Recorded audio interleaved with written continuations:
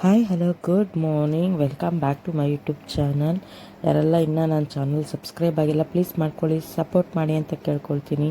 ಬೆಳಗ್ಗೆ ಕೆಲಸ ಸ್ಟಾರ್ಟ್ ಮಾಡ್ಕೊಂಬಿಟ್ಟಿದ್ದೀವಿ, ಗಂಡ ಹೆಂಡ್ತಿ ಇಬ್ಬರು ಸೇರ್ಕೊಂಡು. ಇವತ್ತು ಏನಕ್ಕೆ ಅಂದರೆ ಏನಿಲ್ಲ, ನೆನ್ನೆ ದೋಸೆ ಇಟ್ಟಿತ್ತಲ್ವ, ದೋಸೆ ಇಟ್ಟಲ್ಲ ಇಡ್ಲಿ ಇಟ್ಟಿತ್ತಲ್ವ, ಅದಕ್ಕೇ ಒಂದು ಪಲ್ಯ ಮಾಡಿಬಿಟ್ಟು ದೋಸೆ ಹಾಕ್ಕೊಡೋಣ ಮಗಳಿಗೆ ಅಂತ ಅಷ್ಟೇ. ಇಬ್ಬರು ಸೇರ್ಕೊಂಡು ಕೆಲಸ ಮಾಡ್ತಾಯಿದ್ದೀವಿ, ಇನ್ನೇನು ಸ್ಪೆಷಾಲಿಟಿ ಇಲ್ಲ. ಸೊ ನಾನು ವೀಡಿಯೋ ನೋಡಿ ಎಲ್ಲರಿಗೂ ಬೋರ್ ಆಗಿಬಿಟ್ಟಿದ್ರೆ ಏನೂ ಮಾಡೋಕ್ಕಾಗಲ್ಲ, ಆದರೂ ವೀಡಿಯೋ ನೋಡಲೇಬೇಕು, ನೀವುಗಳು ಸಪೋರ್ಟ್ ಮಾಡಲೇಬೇಕು. ಯಾಕೆ ಹೇಳ್ತಾ ಇದ್ದೀನಿ ಈ ಮಾತು ಅಂದರೆ, ನನಗೂ ಕೆಲವೊಂದು ಸರ್ತಿ ನನ್ನ ವೀಡಿಯೋಗಳು ನಾನೇ ನೋಡಿ ನನಗೂ ಬೋರ್ ಆಗ್ತಾ ಇರುತ್ತೆ. ಯಾಕೆ ಅಂದರೆ ಬರೀ ಇಷ್ಟೇ ಕೆಲಸ ಮಾಡ್ತಾಯಿದ್ದೀವಲ್ಲ ನಾವು ಡೈಲಿ, ಇನ್ನೇನು ಸ್ಪೆಷಾಲಿಟಿನೇ ಇಲ್ವಲ್ಲ. ನಮ್ಮ ಲೈಫು ಇಷ್ಟೇ ಇದೆಯಲ್ಲ, ಬರೀ ಕೆಲಸ ಮಾಡು, ಅಡುಗೆ ಮಾಡು, ಮಕ್ಳಿಗೆ ತಿನ್ನಿಸು, ತೊಳಿ ಪಾತ್ರೆನ, ಇಷ್ಟೇ ಆಗ್ತಾಯಿದೆ. ಸೊ ಹಾಗಾಗಿ ನಮಗೂ ಕೆಲವೊಂದು ಸರ್ತಿ ಬೋರ್ ಆಗುತ್ತೆ, ಏನು ಮಾಡೋಕ್ಕಾಗತ್ತೆ ಅಲ್ವಾ. ನಮ್ಮ ಲೈಫು ಇರೋದು ಹಾಗೇ, ಏನು ಮಾಡೋಕ್ಕಾಗಲ್ಲ. ಮದರ್ ಲೈಫ್ ಅಂದರೆ ಇಷ್ಟೇ ಇರುತ್ತೆ, ಮಕ್ಳಿಗೆ ತಿನ್ನಿಸೋದು, ಉಣ್ಸೋದು, ಮಕ್ಳನ್ನ ಬೆಳೆಸೋದು. ಅದು ಆದಮೇಲೆ ಸ್ವಲ್ಪ ಏನಾರು ಬೇರೆ ಕಡೆ ಕಾನ್ಸಂಟ್ರೇಷನ್ ಮಾಡೋಕ್ಕೆ ಮನಸ್ಸು ಬರುತ್ತೆ. ಬೇರೆ ಕಡೆ ಅಂದರೆ ಏನೋ ಮಾಮೂಲಿ ಒಂಚೂರು ಬಿಸ್ನೆಸ್ಸು ಅದು ಇದು ಏನಾರು ಸ್ಟಾರ್ಟ್ ಮಾಡ್ಕೊಂಡು ಆ ಕಡೆ ಗಮನ ಕೊಟ್ಕೋಬೋದು ಅಷ್ಟೇ. ಅಲ್ಲಿವರೆಗೂ ನಮ್ಮ ಕೆಲಸನೂ ಇಷ್ಟೇ. ಮಕ್ಕಳು ಸ್ವಲ್ಪ ದೊಡ್ಡವರಾಗೋವರೆಗೂ ನಾವು ಏನೋ ಬೇರೆ ಆ್ಯಕ್ಟಿವಿಟೀಸ್ ಆಗಲಿ, ಬೇರೆ ಕೆಲಸಗಳನ್ನಾಗಲಿ ಮಾಡ್ಕೊಳ್ಳೋದಕ್ಕೆ ನಮಗೂ ಕಷ್ಟನೇ ಆಗುತ್ತೆ. ಹಾಗಾಗಿ ಅಲ್ಲಿವ್ರಿಗೆ ಏನು ಮಾಡೋಕ್ಕಾಗಲ್ಲ, ಇರೋದನ್ನೇ ಮೇಂಟೈನ್ ಮಾಡ್ಕೊಳ್ತಾ ಹೋಗ್ತಾ ಇರಬೇಕು. ಹಾಗಾಗಿ ಬೆಳಗ್ಗೆ ದೋಸೆಗೆ ಒಂದು ಚಟ್ನಿ ರೆಡಿ ಮಾಡ್ಕೊಂಡು ಪಲ್ಯ ರೆಡಿ ಮಾಡ್ಕೊಳ್ತಾ ಇದ್ದೀನಿ ಬೇಗ. ಮಗಳಿಗೆ ಇವತ್ತು ತಿಂಡಿ ಕೊಟ್ಟು ಕಳಿಸ್ಬಿಡೋಣ ಅಂತ ಒಂದೇ ಸತಿ. ಸೊ ಇಡ್ಲಿ ಇಟ್ಟಿತ್ತಲ್ಲ, ಹಾಗಾಗಿ ನಾನು ಇಡ್ಲಿ ಇಟ್ಟು ದೋಸೆ ಇಟ್ಟು ಎರಡೂ ಒಂದೇ ಮಾಡ್ಕೊಳ್ತೀನಿ. ಕೆಲವೊಂದು ಟೈಮಲ್ಲಿ ಮಾತ್ರ ದೋಸೆಗೆ ಅಂದರೆ ಸಪ್ರೇಟಾಗಿ ಮಾಡ್ಕೊಳ್ತೀನಿ ಅಷ್ಟೇ. ಇದೇನು ಆಲೂಗಡ್ಡೆ ಪಲ್ಯ ಅಂತ ತೋರಿಸ್ತಾ ಇದ್ದೀನಿ ಅಂದ್ಕೊಂಡ್ರಾ? ಏನಿಲ್ಲ, ಸುಮ್ಮನೆ ಹಾಗೇ ವೀಡಿಯೋ ಮಾಡ್ಕೊಂಡಿದ್ದಲ್ಲ, ಹಾಗೆ ಸುಮ್ಮನೆ ಶೇರ್ ಮಾಡಿಕೊಂಡೆ ಅಷ್ಟೇ. ಆಲೂಗಡ್ಡೆ ಪಲ್ಯ ಎಲ್ಲರಿಗೂ ಮಾಡೋಕ್ಕೆ ಬಂದೇ ಬರುತ್ತೆ, ಯಾರಿಗೂ ಬರಲ್ಲ ಅನ್ನೋದೇನಿಲ್ಲ. ಹಾಗಾಗಿ ಹಾಗೆ ಮಾಡ್ತಾ ಇದ್ದೀನಿ ಅಷ್ಟೇ. ಕೆಲವೊಬ್ರು ಅಂದ್ಕೊಬೋದು, ಇವಳು ವೀಡಿಯೋ ಏನು ವ್ಯೂಸು ಹೋಗಲ್ಲ, ಇವಳಿಗೇನು ದುಡ್ಡು ಬರಲ್ಲ ಅಂದರೂ ಮಾಡ್ತಾನೆ ಇರ್ತಾಳೆ ಅಂತ. ಸೊ ವ್ಯೂಸ್ಗೋಸ್ಕರ ದುಡ್ಡುಗೋಸ್ಕರ ಎಲ್ಲನೂ ಮಾಡ್ತಾ ಕೂತ್ಕೊಂಡ್ರೆ ನಾವು ಏನೇನೋ ಸಾಧಿಸೋಕ್ಕಾಗಲ್ಲ. ಹಾಗಾಗಿ ನಾವು ಮಾಡ್ತಾ ಇರೋ ಕೆಲಸನ ನಮ್ಮ ಹಾಬಿ, ಇಲ್ಲಾಂದರೆ ನಮಗೆ ಇಷ್ಟ, ನಮಗೆ ಏನೋ ಒಂಥರ ಖುಷಿ ಸಿಗುತ್ತೆ ಅನ್ನೋ ಪರ್ಪಸಲ್ಲಿ ನಾವು ಮಾಡ್ತಾ ಹೋಗಬೇಕು. ನಾವು ಎಕ್ಸ್ಪೆಕ್ಟೇಷನ್ ಅಂದರೆ ದುಡ್ಡು ಬರುತ್ತೆ, ಆಮೇಲೆ ನಮಗೆ ವ್ಯೂಸ್ ಬರುತ್ತೆ ಅನ್ನೋ ಕಾನ್ಸೆಪ್ಟ್ ಮೇಲೇ ಎಲ್ಲನೂ ಮಾಡ್ತಾ ಹೋಗಬಾರ್ದು. ಎಲ್ಲ ಚಿಕ್ಕದ್ರಿಂದನೇ ದೊಡ್ಡದಾಗೋದು. ಏಕದಮ್ ಯಾರೂ ಒಂದೇ ಸತಿ ದುಡ್ಡು ಸಂಪಾದನೆ ಮಾಡಿಬಿಡೋಕ್ಕಾಗಲ್ಲ, ಇಲ್ಲಾಂದರೆ ಒಂದೇ ಸತಿ ಅಷ್ಟೊಂದು ವ್ಯೂಸ್ನ ತೊಗೊಂಬಿಡೋಕ್ಕಾಗಲ್ಲ. ಎಲ್ಲ ಕಷ್ಟಪಟ್ಟೇನೆ ಬರಬೇಕು, ಆವಾಗಲೇ ಶಾಶ್ವತವಾಗಿ ಉಳ್ಕೊಳ್ಳೋಕ್ಕೆ ಸಾಧ್ಯ ಅಲ್ವಾ. ಸೊ ಹಾಗಾಗಿ ನಾನು ಅದ್ರ ಕಡೆ ಗಮನ ಕೊಡ್ತೀನಿ. ಯಾರು ಏನೇ ಅಂದರು, ಯಾರು ಏನೇ ಆಡ್ಕೊಂಡ್ರು ನಾನು ಅದನ್ನು ತಲೆನೇ ಕೆಡ್ಸ್ಕೊಳಕ್ಕೆ ಹೋಗಲ್ಲ. ಸೊ ಹಾಗಾಗಿ ಇದು ಒಂದೊಂದು ಸತಿ ನಾವು ಮುಚ್ಚಿಟ್ಟು ಮಾಡೋವಂತಹ ದೋಸೆಗಳು ತುಂಬಾ ಚೆನ್ನಾಗಿರುತ್ತೆ ಅಲ್ವಾ. ಅಂದರೆ ಏನು ಮುಚ್ಚಿಕ್ಕೋದು, ದೋಸೆ ಮೇಲೆ ಪ್ಲೇಟ್ ಹಾಕಿದ್ರೆ ಒಂಥರ ಸಾಫ್ಟಾಗಿ ಬರುತ್ತೆ ದೋಸೆ, ಅದನ್ನು ಮುಚ್ಚಿಕ್ಕೋದು ಅಂತ ಹೇಳಿದೆ. ಇನ್ನೇನು ಅದೇನು ಚಿನ್ನ ಬೆಳ್ಳಿ ಏನಲ್ಲ, ಮುಚ್ಚಿಕ್ಕಕ್ಕೆ ಬೀರು ಥರ. ಸೊ ತುಂಬಾ ಚೆನ್ನಾಗಿ ಬಂದಿತ್ತು ದೋಸೆ, ಫಸ್ಟ್ ಕ್ಲಾಸಾಗಿ. ಸೊ ನನ್ನ ಮಗಳಿಗೂ ಕೊಟ್ಟೆ, ತಿಂದುಬಿಟ್ಟು ಹೋಗಿ ಚೆನ್ನಾಗಿ ಓದಿ ದಬಾಕು ಸ್ಕೂಲಲ್ಲಿ ಅಂತ. ಆ ಮಕ್ಕಳು ದಬಾಕೋದು ಅಷ್ಟರಲ್ಲೇ ಇರುತ್ತೆ, ನಾವು ಎಷ್ಟೇ ಎಫರ್ಟ್ ಹಾಕಿದ್ರು ಅಷ್ಟೇ. ಇವ್ರು ನೋಡಿ ಕಾಲ ಮೇಲೆ ಕಾಲು ಹಾಕ್ಕೊಂಡು ಆರಾಮಾಗಿ ಹಾಲು ಕುಡಿತಾ ಇದ್ದಾನೆ. ಇಂಥ ಮಕ್ಳುಗಳ ಲೈಫೇ ಚೆಂದ ಒಂಥರ ಅಲ್ವಾ. ನಾವು ಹಾಗೇ ಇರಬೇಕಿತ್ತು, ಚಿಕ್ಕವರಾಗಿ ತುಂಬಾ ಚೆನ್ನಾಗಿರ್ತಿತ್ತು. ಆರಾಮಾಗಿ ತಿನ್ಕೊಂಡು ಓಡಾಡ್ಕೊಂಡಿರ್ಬೋದು, ಎಂಜಾಯ್ ಮಾಡಿಕೊಂಡು.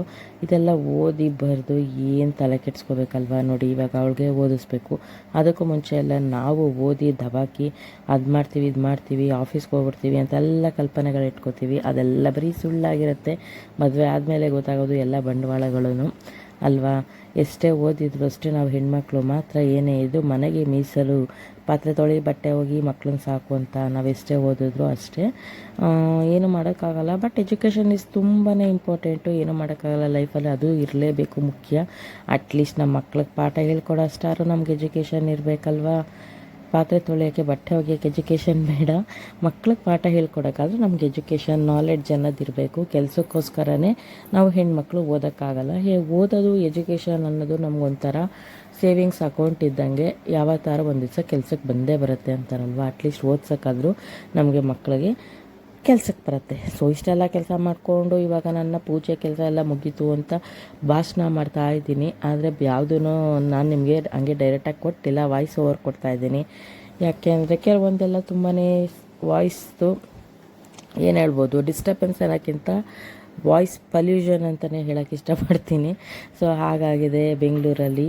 ಬರೀ ಏರ್ ಪಲ್ಯೂಷನ್ ಅಲ್ಲ, ವಾಯ್ಸ್ ಪಲ್ಯೂಷನು ಆಗ್ತಾ ಇರುತ್ತೆ. ಸಿಕ್ಕಾಬಟ್ಟೆ ಸುತ್ತಮುತ್ತ ಮನೆ ಕಟ್ತಾ ಇರ್ತಾನೆ, ಗುರ್ರ ಅಂತ ಸೌಂಡ್ಗಳು ಬರ್ತಾ ಇರುತ್ತೆ. ಸೊ ನಿಮಗೂ ಬೋರ್ ಆಗುತ್ತೆ ಅದೆಲ್ಲ ಕೇಳಿಸ್ಕೊಳ್ಳೋಕ್ಕೆ. ಹಾಗಾಗಿ ನನ್ನ ವಾಯ್ಸೇ ಕೇಳಿಸ್ಕೊಳ್ಳಿ, ನೀವು ಎಂಜಾಯ್ ಮಾಡ್ಕೊಂಡು ಬೋರ್ ಮಾಡ್ಕೊಳ್ಳಿ ಅಂತ ನಾನು ವಾಯ್ಸ್ ಓವರ್ ಕೊಟ್ಟಿದ್ದೀನಿ ಅಷ್ಟೇ. ಇವತ್ತು ಸ್ವಲ್ಪ ವಿಡಿಯೋನ ಡಿಫ್ರೆಂಟಾಗಿ ಮಾತಾಡ್ತಾ ಇದ್ದೀನಿ, ಯಾಕಂದರೆ ಯಾವಾಗಲೂ ರೆಗ್ಯುಲರಾಗಿ ನಾನು ಇದು ಮಾಡಿದೆ, ನಾನು ಅದು ಮಾಡಿದೆ ಅಂತ ಹೇಳೋಕ್ಕಿಂತ ನಿಮಗೂ ಸ್ವಲ್ಪ ಫನ್ನಿಯಾಗಿರಲಿ ಅಂತ ಈ ಥರ ವಾಯ್ಸ್ ಓವರ್ ಕೊಡ್ತಾ ಇದ್ದೀನಿ ಅಷ್ಟೇ. ನಿಮ್ಗೆ ಇಷ್ಟ ಆಗಿದರೆ ಕಮೆಂಟ್ ಸೆಕ್ಷನಲ್ಲಿ ತಿಳಿಸಿ, ಓಕೆನಾ. ಯಾವಾಗ ನಮ್ಮ ಮನೆ ಕೆಲಸ, ನಮ್ಮ ಮನೆಗೆ ಗೋಳು ಹೇಳ್ಕೊಂಡು ನಮಗೂ ಬೋರ್ ಆಗಿರುತ್ತೆ, ನಿಮಗೂ ಬೋರ್ ಆಗಿಬಿಡುತ್ತೆ. ಆಮೇಲೆ ಅದಕ್ಕೆ ನೋಡಿ, ನಾನು ಇಷ್ಟು ಚೆನ್ನಾಗಿರುವಂತಹ ರಂಗೋಲಿನ ಬಿಟ್ಟು ಅದನ್ನು ತೋರಿಸೋದು ಬಿಟ್ಟು ಹಲಸಂದೆ ಕಾಳು ತೋರಿಸ್ತಾ ಇದ್ದೀನಿ ಅಂದ್ಕೊಂಡ್ರಾ? ಹೌದೌದು, ಇದು ಅಲಸಂದೆ ಕಾಳು ತೊಗೊಬಂದಿದ್ದೆ 40 ರೂಪಾಯಿ ಕೊಟ್ಬಿಟ್ಟು. ಆದರೆ ಅದನ್ನು ಕ್ಲೀನ್ ಮಾಡೋ ಅಷ್ಟರಲ್ಲಿ ಒಂದು ಹುಚ್ಚು ಬಂದು ಹಿಡಿದು ಹೋಯಿತು ಅಂದರೆ ಹಂಗಿಂಗಲ್ಲ. ಯಾಕಂದರೆ ಅದ್ರಲ್ಲಿ ಸಿಕ್ಕಾಬಟ್ಟೆ ನಮ್ಮ ಕಡೆ, ನಮ್ಮ ಫ್ರೆಂಡ್ಶಿಪ್ಪಲ್ಲಿ ಆಗಲಿ ರಿಲೇಷನಲ್ಲಾಗಲಿ ಯಾವ ಥರ ಇರ್ತಾರೆ ಆ ಥರ ಅದರಲ್ಲೂ ಅಷ್ಟೇ ಸಿಕ್ಕಾಬಟ್ಟೆ ಹುಳಗಳು, ವೇಸ್ಟ್ ಕಾಳುಗಳು ಎಲ್ಲ ಸಿಕ್ಕಾಬಟ್ಟೆ ಇತ್ತು. ನೋಡೋದಕ್ಕೆ ಕಾಯಿ ಹೆಂಗೆ ಕಾಣುತ್ತೆ, ಅದು ಕ್ಲೀನ್ ಮಾಡೋ ಅಷ್ಟರಲ್ಲಿ ಸಾಕಾಗೋಯಿತು. ಸೊ ಈ ಕಾಯಿ ಯಾಕಾರ ತರಬೇಕಾಗಿತ್ತು ನಾನು ಅನ್ನೋ ಥರ ಆಗೋಯಿತು. ಸೊ ಸಂಜೆ ಮೇಲೆ ಒಂದಷ್ಟು ಬಟ್ಟೆಗಳನ್ನೆಲ್ಲ ಒಣಗಾಕಿದ್ದೆ, ಅದನ್ನೆಲ್ಲ ಎತ್ಕೊಂಬರೋಣ ಅಂತ ಟೆರೆಸ್ ಮೇಲೆ ಹೋಗಿದ್ದೆ.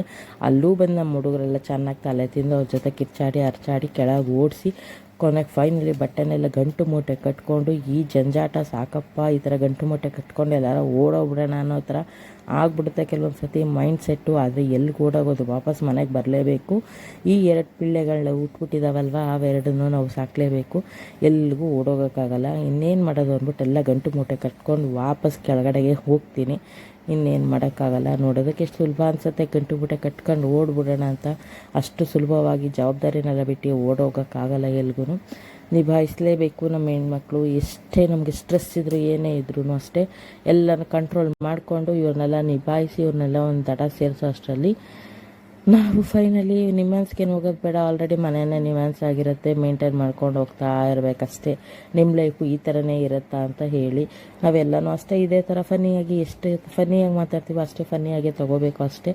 ಎಷ್ಟೇ ಸ್ಟ್ರೆಸ್ ಇದ್ರೂ ನಮಗೆ ಕಾಮಾಗಿ ಕೆಲಸ ಮಾಡೋ ಥರ ದೇವರು ತಾಳ್ಮೆ ಕೊಟ್ಬಿಟ್ಟಿರ್ತಾನೆ, ನಾವು ತೊಗೊಂಡು ಮಾಡಲೇಬೇಕು. ಕೊನೆಗೆ ಇವೆಲ್ಲ ಗಂಟು ಮುಕ್ಕಟ್ಟೆ ಕಟ್ಕೊಂಡು ಕೆಳಗಡೆ ಹೋಗಿ ಈ ಹುಳ ಬಿದ್ದಿರೋಂತಹ ಕಾಳನ್ನೆಲ್ಲ ಕ್ಲೀನ್ ಮಾಡಿ ಸ್ಟೋರ್ ಮಾಡಿ ಇಟ್ಕೊಂಡಿದ್ದೀನಿ. ಮತ್ತು ಇದೆಲ್ಲ ಹುಚ್ಚಾಟ ಎಲ್ಲ ಯಾವಾಗ ಕಡಿಮೆ ಆಗುತ್ತೋ ಆವಾಗ ಅಡುಗೆ ಮಾಡ್ತೀನಿ ಮೂಡಿದ್ದಂಗೆ, ಓಕೆನಾ. ಸುಸ್ತಾಗೋಗ್ಬಿಟ್ಟಿದೆ, ಇನ್ನೂ ಓದಿಸ್ತಾನೇ ಇರಬೇಕು ಈ ಹುಡುಗರನ್ನ. ಈ ಹುಡುಗರಿಗೆ ಓದಿಸೋ ಬದಲು ನಾವೇ ಹೋಗಿ ಎಕ್ಸಾಮ್ ಬರೆದು ಬಿಡೋಣ ಅನ್ನೋಷ್ಟು ತಿಕ್ಲಿಡ್ದಿರುತ್ತೆ. ಏನೂ ಮಾಡೋಕ್ಕಾಗಲ್ಲ. ಆದ್ರೂ ಮೇಂಟೈನ್ ಮಾಡಬೇಕು, ಮಾಡತ್ತಕ್ಕೆ ಸಾಯೋಣ ಅಂದ್ಬಿಟ್ಟು ಮಾಡ್ತಾ ಇದ್ದೀನಿ.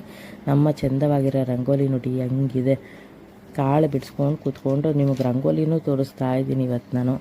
ಇನ್ನು ಇಷ್ಟು ಕಾಯಿದೆ, ಇಷ್ಟು ಕಾಯಿನ ಬಂದು ಒಂದು ಸೀರಿಯಲ್ಗಳು ನೋಡ್ಕೊಂಡು ಅತ್ತೆ ಸೊಸೆರ್ದ ಫಾಸ್ಟಾಗಿ ಬಿಡಿಸ್ಕೊಬಿಡೋಣ ಬನ್ನಿ. ಅಷ್ಟರಲ್ಲಿ ನಮ್ಮ ಹುಡುಗರು ನೋಡಿ ರಂಪ ಹೆಂಗೆ ಮಾಡಿರ್ತಾರೆ ಮನೆ ಅಂದರೆ, ಅವಳು ಆ ಕಡೆ ಓದಕ್ಕೆ ಕುಂಡ್ರಿಸಿದ್ದೀನಿ, ಇವ್ನು ಈ ಥರ ಅಂಡಾಗಿ ಚೆಲ್ಲಾಕಿ ಮಾಡ್ಕಾಕ್ತಿದ್ದಾನೆ. ಸೊ ಮತ್ತಿಷ್ಟೆಲ್ಲ ಕೆಲಸ ಮಾಡಿದ್ರೆ ಮತ್ತೆ ನೈಟ್ಗೆ ಈ ಅಡುಗೆ ಮಾಡಿ ಕುಕ್ಕಬೇಕು, ಎಲ್ಲರಿಗೂ ನಾವು ತಿಂದಬೇಕು. ಒಂದಷ್ಟು ಕಾಳುಗಳು ನೆನೆಸ್ಬಿಟ್ಟಿದ್ದೆ. ಈ ಕಾಳುಗಳು ನೆನೆಸೋದು ತುಂಬ ಈಸಿ, ಅಡುಗೆ ಮಾಡೋದು ತುಂಬ ಕಷ್ಟ, ನೆನೆಸಿದಷ್ಟು ಸುಲಭ ಅಲ್ಲ. ಅಂದರೂ ಏನು ಮಾಡೋಕ್ಕಾಗಲ್ಲ, ವೇಸ್ಟ್ ಆಗುತ್ತೆ ಅನ್ನೋ ಪರ್ಪಸ್ಗಾದರೂ ಇವಾಗ ಅಡುಗೆ ಮಾಡಿ ಮಡಗ್ಬಿಡ್ತೀನಿ. ಒಂದು ಚೆನ್ನ ಮಸಾಲ ಡ್ರೈ ಮಾಡೋಕ್ಕೆ ಟೊಮೊಟೊ, ಈರುಳ್ಳಿ, ಬಾದಾಮಿ, ಆಮೇಲೆ ಮೆಣಸಿನ್ಕಾಯಿ ಇವೆಲ್ಲನೂ ಚೆನ್ನಾಗಿ ಎಣ್ಣೆಲಿ ಹುರ್ಕೊಂಡು ಮಡಗ್ಬಿಡ್ತೀನಿ ಆರಲಿ ಅಂತ. ಅಷ್ಟರಲ್ಲಿ ಚಪಾತಿ ಹಿಟ್ಟು ಕಲಸಿಟ್ಬಿಟ್ಟು ಹೋಗಿ ನಮ್ಮ ಅತ್ತೆ ಸೊಸೆಯರ ಸೀರಿಯಲ್ಗಳು ಬರುತ್ತಲ್ಲ, ಕೂತ್ಕೊಂಡು ಒಂದಷ್ಟು ಕಾಳುಗಳನ್ನ ಸೋಸ್ಕೊಂಬಿಡೋಣ ಅಂದ್ಬಿಟ್ಟು ಬೇಗ ಕಿಚನ್ ಕೆಲಸ ಮುಗಿಸಿ ಹೋಗಿ ಕೂತ್ಕೊಂಡು, ಎಷ್ಟೇ ಪ್ರೆಷರ್ ಇದ್ರೂ ನಾವು ಅತ್ತೆ ಸೊಸೆಯರು ಕಿತ್ತಾಡೋ ಅಂಥ ಸೀರಿಯಲ್ ನೋಡದೆ ಹೋದರೆ ನಮಗೆ ತಿಂದಿದ್ದು ಅನ್ನ ಅರಗಲ್ಲ. ನೋಡಲೇಬೇಕು, ಹೋಗಿ ಕೂತ್ಕೊಂಡು ನೋಡ್ತಾ ಇರ್ತೀನಿ. ಸೊ ನೀವು ಹೀಗೆ ನನ್ನ ವೀಡಿಯೋನ ನೋಡ್ತಾ ಇರಿ. ಇಷ್ಟ ಆದರೆ ಲೈಕ್ ಮಾಡಿ, ಇಷ್ಟ ಆಗಿಲ್ಲ ಅಂದರೆ ಡಿಲೀಟ್ ಮಾಡಿಬಿಡಿ. ಓಪನ್ ಆಗಿ ಹೇಳ್ತೀನಿ, ಯಾರೂ ಬೇಜಾರು ಮಾಡ್ಕೋಬೇಡಿ. ಏನೋ ಮಾಡೋಕ್ಕಾಗಲ್ಲ, ಒಬ್ಬೊಬ್ರಿಗೆ ಒಂದೊಂಥರ ಟೇಸ್ಟ್ ಇರುತ್ತೆ, ಒಬ್ಬೊಬ್ರಿಗೆ ಒಂದೊಂಥರ ಅಭಿಪ್ರಾಯ ಇರುತ್ತೆ. ಯಾಕೆ ಅಷ್ಟೊಂದು ಸ್ಟ್ರೆಸ್ ತೊಗೊಂಡು ತಲೆ ಕೆಡಿಸ್ಕೊಂಡು ಈ ಅಮ್ಮನಿಗೆಲ್ಲ ನೀವು ಬೈಯಕ್ಕೆ ಹೋಗ್ತೀರಾ ಅಲ್ವಾ? ಸುಮ್ಮನೆ ಆರಾಮಾಗಿ ಡಿಲೀಟ್ ಮಾಡಿಬಿಟ್ಟು ಪಾಸಾಗಿ ಬೇರೆಯವ್ರ ವಿಡಿಯೋ ನೋಡಿ ಅಷ್ಟೇ ಕೇಳ್ಕೊಳ್ಳೋದು. ಇಷ್ಟ ಆದವರು ದಯವಿಟ್ಟು ನೋಡಿ, ಹಾಗೆ ಸಬ್ಸ್ಕ್ರೈಬ್ ಮಾಡ್ಕೊಳ್ಳಿ ಅಷ್ಟೇ ನಾನು ಕೇಳ್ಕೊಳ್ಳೋದು. 2 ಥರನೂ ಹೇಳಬೇಕಲ್ವ, ಒಳ್ಳೆ ಥರ ಕೆಟ್ಟ ಥರ ಎಲ್ಲ ತೊಗೊಳ್ಳೋದು ಬಿಡೋದು ನಿಮಗೆ ಬಿಟ್ಟಿದ್ದು. ಸೊ ನನ್ನ ವೀಡಿಯೋ ಇದಾಗಿತ್ತು. ನಿಮ್ಗೆ ಈ ವಿಡಿಯೋ ಇಷ್ಟ ಆಗಿದೆ ಲೈಕ್ ಮಾಡಿ, ಶೇರ್ ಮಾಡಿ, ಸಬ್ಸ್ಕ್ರೈಬ್ ಮಾಡ್ಕೊಳ್ಳೋದಂತೂ ಮರಿಬೇಡಿ. ನೋಡೋಣ ನೆಕ್ಸ್ಟ್ ವ್ಲಾಗ್ ಇನ್ನೇನು ಪಚೀತಿಗಳು ಮಾಡಿ ನಿಮಗೆ ವೀಡಿಯೋನ ಹಾಕಿ ಸ್ಟ್ರೆಸ್ ಕೊಟ್ಟು, ಅಂದರೂ ಏನೇ ಬೋರ್ ಆದ್ರೂ ನಮಗೆ ವೀಡಿಯೋ ಮಾಡೋದು ತುಂಬಾ ಇಷ್ಟ. ಸೊ ಹಾಗಾಗಿ ನಮ್ಮ ವೀಡಿಯೋಗಳನ್ನ ನಾವೇ ರಿಪೀಟೆಡ್ ನೋಡಿಕೊಂಡ್ರು ಒಂಥರ ಖುಷಿ ಆಗುತ್ತೆ, ಒಂಥರ ಬೇಜಾರು ಆಗುತ್ತೆ. ಯಾಕಂದರೆ ನಮ್ಮ ಲೈಫ್ ಸ್ಟೈಲ್ನ ನಿಮ್ಮ ಜೊತೆ ಎಲ್ಲ ಶೇರ್ ಮಾಡ್ಕೊಳ್ತಾ ಇದೀವಲ್ಲ, ಖುಷಿ ಒಂದು. ನಮ್ಮ ಲೈಫಲ್ಲಿ ಈ ಥರ ಎಲ್ಲ ನಡೀತಾ ಇದೆಯಲ್ಲ ಅಂತ ಒಂದೊಂದು ಸತಿ ಬೋರು ಆಗುತ್ತೆ. ಏನು ಮಾಡೋಕ್ಕಾಗಲ್ಲ, ಎಲ್ಲನೂ ಎಂಜಾಯ್ ಎಂಜಾಯ್ ಮಾಡಿಕೊಂಡು ಲೈಫ್ನ ಮುಂದಕ್ಕೆ ತೊಗೊಂಡು ಹೋಗಿ ನಿಲ್ಲಲೇಬೇಕು ಅಲ್ವಾ. ಅಟ್ಲೀಸ್ಟ್ ವಿಡಿಯೋ ಮಾಡೋದ್ರಿಂದ ನಮಗೆ ಹಳೇದನ್ನೆಲ್ಲ ಅಟ್ಲೀಸ್ಟ್ ವೀಡಿಯೋಗಳು ಓಪನ್ ಮಾಡಾದ್ರೆ ನೋಡಿ ಎಂಜಾಯ್ ಮಾಡ್ಬೋದು. ಮಕ್ಳಿಗೆ ಚಿಕ್ಕವರಿದ್ರು ಅಷ್ಟು ದೊಡ್ಡವರಾದ್ರೆ ನಾನು ಆವಾಗ ವಿಡಿಯೋ ಸ್ಟಾರ್ಟ್ ಮಾಡಿದ್ದಲ್ವ, ನಾವು ಇನ್ನೂ ಇಂಪ್ರೂವ್ ಆಗಿಲ್ಲ ಅನ್ನೋದು ಒಂದು ಕಡೆ ತಮಾಷೆಯಾಗಿರುತ್ತೆ. ಇಂಪ್ರೂವ್ ಆಗಿಲ್ಲ ಅಂದರೆ ಏನು, ವೀಡಿಯೋಗಳೆಲ್ಲ ವ್ಯೂಸ್ ಹೋಗ್ತಾ ಇಲ್ಲ, ನಮಗೆ ಅಮೌಂಟು ಬರ್ತಾ ಇಲ್ಲ ಅನ್ನೋದು ಒಂದು ಕಡೆ ಖುಷಿನೂ ಆಗುತ್ತೆ, ಫನ್ನಿಯಾಗೂ ಇರುತ್ತೆ. ಏನೇ ಆದರೂ ಹಿಡ್ದಿರೋ ಛಲನ ಬಿಡಬಾರ್ದು. ಏನಾದರೂ ಆಗಲಿ, ಇಲ್ಲ ಯೂಟ್ಯೂಬ್ ನೋಡ್ತಾ ಇರೋರಿಗೆ ಬೋರ ಬಿಡಬೇಕು, ಇಲ್ಲ ಯೂಟ್ಯೂಬ್ನ ನಡೆಸ್ತಾ ಇದ್ದಾರಲ್ಲ ಅವ್ರಿಗೆ ತಲೆ ಚಿಟ್ಟು ಹಿಡ್ದು ಈ ಅಮ್ಮನ ವೀಡಿಯೋನಲ್ಲಿ ಡಿಲೀಟ್ ಮಾಡಿಬಿಡ್ಬೇಕು. ಆ ರೇಂಜ್ವರೆಗೂ ಟಾರ್ಚರ್ ಕೊಟ್ಟಾಗ್ಬಿಡ್ಬೇಕು ಅವ್ರಿಗೆ. ಬಟ್ ನಾವು ಟಾರ್ಚರ್ ಅಂತ ಅನ್ಕೋಬಾರ್ದು, ಎಂಜಾಯ್